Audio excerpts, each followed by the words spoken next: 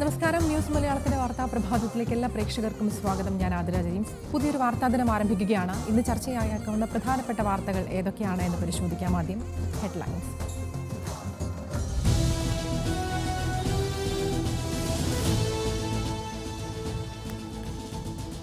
മൂന്നാം മോദി സർക്കാർ രൂപീകരണത്തിൽ ഇന്ന് നിർണായകം. NDA ലോക്സഭാ കക്ഷിയോഗം രാവിലെ 11 മണിക്ക് പാർലമെന്റിൽ.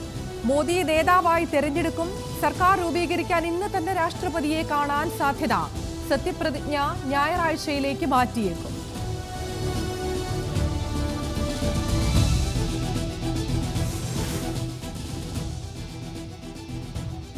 വകുപ്പ് വിഭജനത്തിൽ തീരുമാനമാകാതെ NDA പ്രതിസന്ധിയിൽ. പ്രധാന വകുപ്പുകൾ ഘടകകക്ഷികൾക്ക് വിട്ടു നൽകാനാകില്ലെന്ന് BJP. TDP, JDU കക്ഷികൾക്ക് 3 ക്യാബിനറ്റ് മന്ത്രിമാരെ നൽകാമെന്ന് വാഗ്ദാനം. പ്രതികരിക്കാതെ നിതീഷ് കുമാറും ചന്ദ്രബാബു നായിഡുവും. വിലപേശൽ തുടർന്ന് JDUവും TDPയും.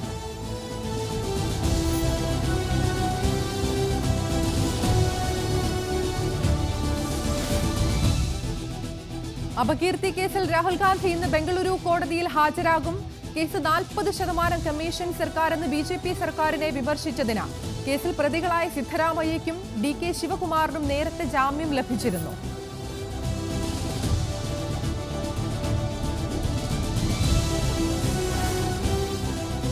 സർക്കാർ രൂപീകരണത്തിനുടൻ അവകാശവാദം ഉന്നയിക്കാനാകില്ലെന്ന് ഇന്ത്യ മുന്നണിയുടെ സമീപനത്തിൽ തൃണമൂൽ കോൺഗ്രസിന് അതൃപ്തി. 5 വർഷം കാത്തിരിക്കാനുള്ള നിലയിലല്ല സഖ്യമെന്നും തൃണമൂൽ. നിലപാടിന് പിന്തുണ തേടി അഖിലേഷ് യാദവ് അടക്കമുള്ള നേതാക്കളെ സന്ദർശിച്ച് അഭിഷേക് ബാനർജി.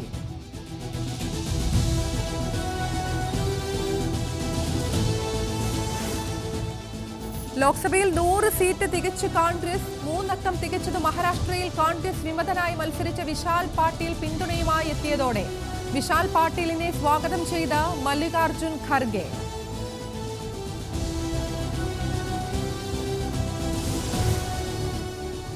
ഡൽഹി നിയമസഭാ തെരഞ്ഞെടുപ്പിൽ കോൺഗ്രസുമായി സഖ്യമുണ്ടാക്കില്ലെന്ന് ആം ആദ്മി പാർട്ടി.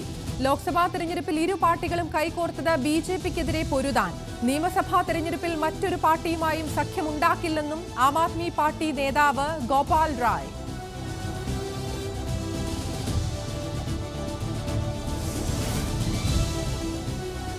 NCP അജിത് പവാർ വിഭാഗത്തിന്റെ യോഗത്തിൽ നിന്ന് 5 MLAമാർ വിട്ടുനിന്നെന്ന് റിപ്പോർട്ട്.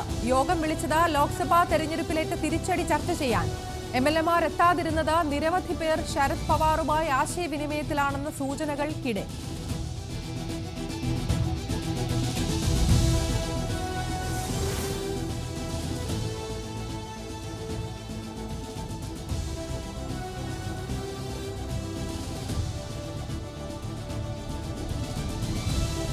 വിരമിക്കൽ മത്സരത്തിൽ സുനിൽ ഛേത്രിക്ക് നിരാശ. കുവൈറ്റിനെതിരായ മത്സരത്തിൽ ഗോൾ രഹിത സമനില. കളി കാണാനെത്തിയത് 1,00,000-ലേറെ പേർ.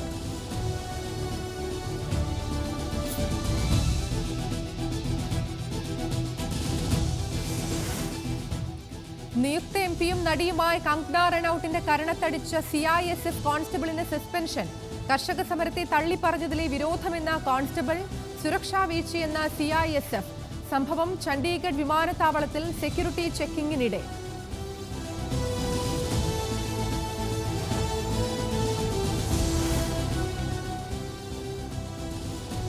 അഭിപ്രായ വ്യത്യാസം വീണ്ടും പരസ്യമാക്കി KPCC പ്രസിഡന്റും പ്രതിപക്ഷ നേതാവും.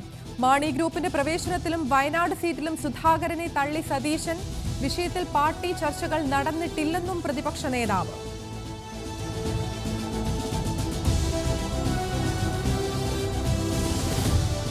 സംസ്ഥാന സർക്കാരിന്റെ 3 വർഷത്തെ പ്രോഗ്രസ് റിപ്പോർട്ട് പ്രകാശനം ഇന്ന് വൈകിട്ട് 4 മണിക്ക് സെക്രട്ടേറിയറ്റ് വളപ്പിൽ നടക്കുന്ന ചടങ്ങിൽ പ്രകാശനം നിർവഹിക്കുക മുഖ്യമന്ത്രി Pinarayi Vijayan. Chief secretary doctor B. Venu ഏറ്റുവാങ്ങും. റവന്യൂ മന്ത്രി K. രാജൻ അധ്യക്ഷത വഹിക്കും. പ്രോഗ്രസ് റിപ്പോർട്ടിൽ ഉൾപ്പെടുത്തിയത് സർക്കാർ അധികാരത്തിലെത്തിയ ശേഷം ഓരോ വകുപ്പിലും നടപ്പാക്കി വരുന്ന പദ്ധതികളുടെ വിശദാംശങ്ങളും എത്ര ശതമാനം പൂർത്തീകരിച്ചു എന്നതടക്കമുള്ള വിവരങ്ങൾ.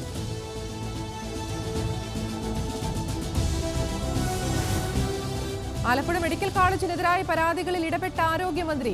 അന്വേഷണം നടത്തി അടിയന്തര റിപ്പോർട്ട് നൽകണമെന്ന മന്ത്രി വീണ ജോർജ്. തീരുമാനം കോഴിക്കോട് ആലപ്പുഴ മെഡിക്കൽ കോളേജ് അധികൃതരെ വിളിച്ചു വരുത്തി നടത്തിയ യോഗത്തിൽ.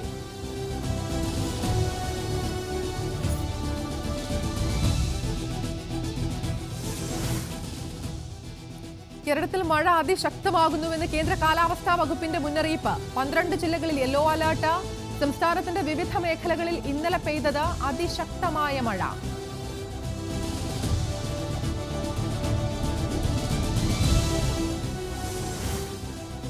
സുപ്രീം കോടതി അഭിഭാഷകൻ ഹാരിസ് ബീരാനെ രാജ്യസഭാ സ്ഥാനാർത്ഥിയാക്കാൻ ഒരുങ്ങി മുസ്ലിം ലീഗ്. തീരുമാനം ലീഗ് സംസ്ഥാന അധ്യക്ഷൻ സാദിഖ് അലി തങ്ങളുടേത്. PK കുഞ്ഞാലിക്കുട്ടി, PMA സലാം എന്നിവർക്ക് വിയോജിപ്പ്. പ്രതിഷേധമറിയിച്ച് യൂത്ത് ലീഗ് സംസ്ഥാന നേതൃത്വം.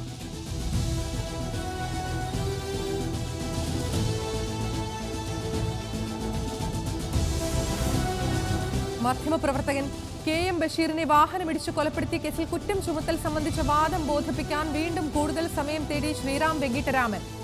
ശ്രീറാം കൂടുതൽ സമയം തേടിയത് കോടതിയിൽ ഹാജരാകാതെ അടുത്ത മാസം 18-ന് നേരിട്ടെത്തി വാദം ബോധിപ്പിക്കാൻ ഉത്തരവിട്ട് തിരുവനന്തപുരം 1-ാം അഡീഷണൽ ജില്ലാ സെഷൻസ് കോടതി.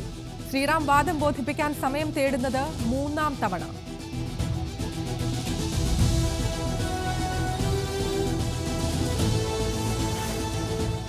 നൃത്താധ്യാപിക സത്യഭാമ നൽകിയ മുൻകൂർ ജാമ്യാപേക്ഷയിൽ ഹൈക്കോടതി വിധി ഇന്ന്. ഹർജി തിരുവനന്തപുരം കന്റോൺമെന്റ് പോലീസ് എടുത്ത കേസിൽ ഹൈക്കോടതിയെ സമീപിച്ചത് നർത്തകൻ RLV രാമകൃഷ്ണനെതിരെ ജാതീയ അധിക്ഷേപം നടത്തിയ കേസിൽ നെടുമങ്ങാട് SC/ST പ്രത്യേക കോടതിയിൽ സത്യഭാമ നൽകിയ ജാമ്യ ഹർജി തള്ളിയതോടെ.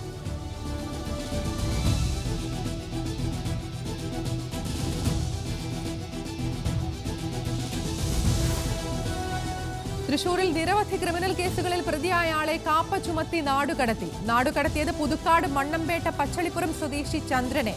ചന്ദ്രൻ കൊലപാതക ശ്രമം, ലഹരിമരുന്ന് കേസുകളിൽ പ്രതി.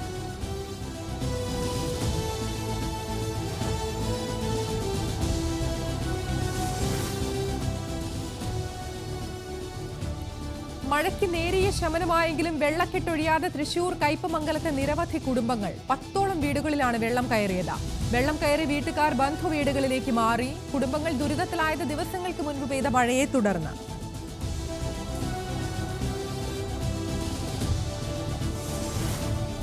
ആലപ്പുഴ ജില്ലയിലെ മുഹമ്മ ഗ്രാമപഞ്ചായത്തിൽ 5079 വളർത്തു പക്ഷികളെ ഇന്ന് കള്ളിങ്ങിന് വിധേയമാക്കും. നടപടി 9-ാം വാർഡിൽ പക്ഷിപ്പനി സ്ഥിരീകരിച്ച സാഹചര്യത്തിൽ കള്ളിങ്ങിന് വിധേയമാക്കുക. പ്രഭവ കേന്ദ്രത്തിന്റെ 1 കിലോമീറ്റർ ചുറ്റളവിലുള്ള പക്ഷികളെ.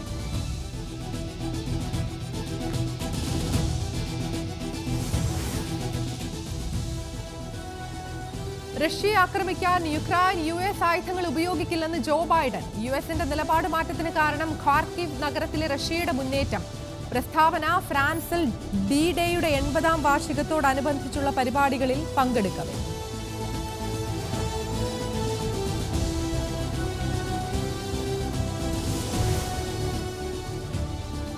യുക്രൈനെ സഹായിക്കുന്ന രാജ്യങ്ങൾക്ക് ശക്തമായ മുന്നറിയിപ്പ് നൽകി വ്ളാദിമിർ പുടിൻ. മോസ്കോയുമായുള്ള പോരാട്ടത്തിൽ കൈവിനെ പിന്തുണയ്ക്കുന്നത് ഗുരുതരമായ പ്രത്യാഘാതങ്ങൾ ഉണ്ടാക്കുമെന്നും പുടിൻ. പ്രതികരണം US-ൽ നിന്നും യൂറോപ്യൻ യൂണിയൻ രാജ്യങ്ങളിൽ നിന്നും യുക്രൈന് സൈനിക സാമ്പത്തിക സഹായം ലഭിക്കുന്നത് തുടരുന്നതിനിടെ.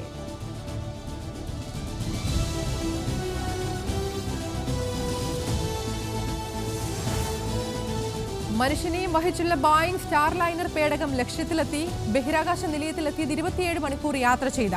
ഡോക്കിംഗ് പൂർത്തിയാക്കി സുനിത വില്യംസും ബുച്ച് വിൽമോറും ബഹിരാകാശ നിലയത്തിൽ പ്രവേശിച്ചു.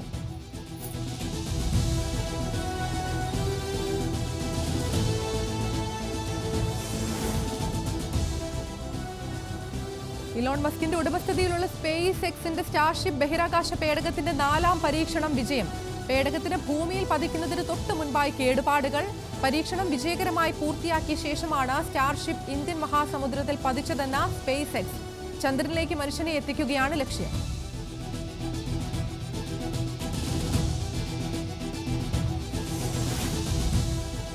ഇന്ത്യൻ യൂറോപ്യൻ നഗരങ്ങളിലേക്ക് വിമാന സർവീസിനൊരുങ്ങി ഹംഗറി ആസ്ഥാനമായ വിസ് എയർ. 18,000 രൂപയായിരിക്കും ശരാശരി നിരക്ക്. ഇന്ത്യൻ അധികൃതരുമായി ചർച്ചകൾ ആരംഭിച്ച വിസ് എയർ.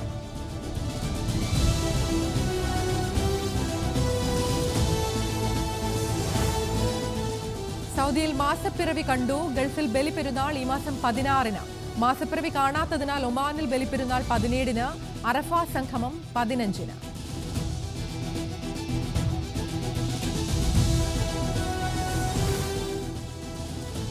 വിരാട് കോഹ്ലിയെ വെല്ലുവിളിച്ച് മുൻ ഇന്ത്യൻ താരം സുനിൽ ഗവാസ്കർ. വെല്ലുവിളി പാകിസ്ഥാനെതിരായ മത്സരത്തിൽ മികച്ച പ്രകടനം കാഴ്ചവെക്കാൻ. പരിഹാസവും വെല്ലുവിളിയും ആദ്യ മത്സരത്തിൽ തിളങ്ങാനാകാത്ത സാഹചര്യത്തിൽ.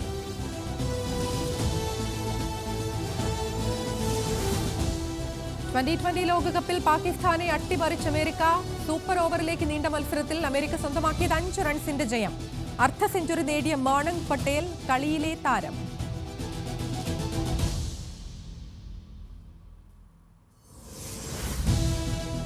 ഫ്രഞ്ച് ഓപ്പൺ സെമി ഫൈനലിൽ ഇന്ത്യക്ക് തിരിച്ചടി.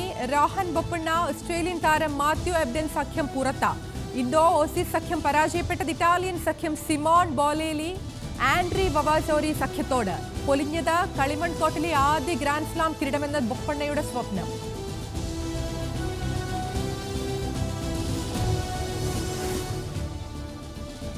തുടർച്ചയായ 3-ാം തവണയും ഫ്രഞ്ച് ഓപ്പൺ വനിതാ സിംഗിൾസ് ഫൈനലിൽ ഇടം പിടിച്ച് പോളണ്ടിന്റെ 1-ാം സീഡ് ഇഗ സ്വിയാടെക്.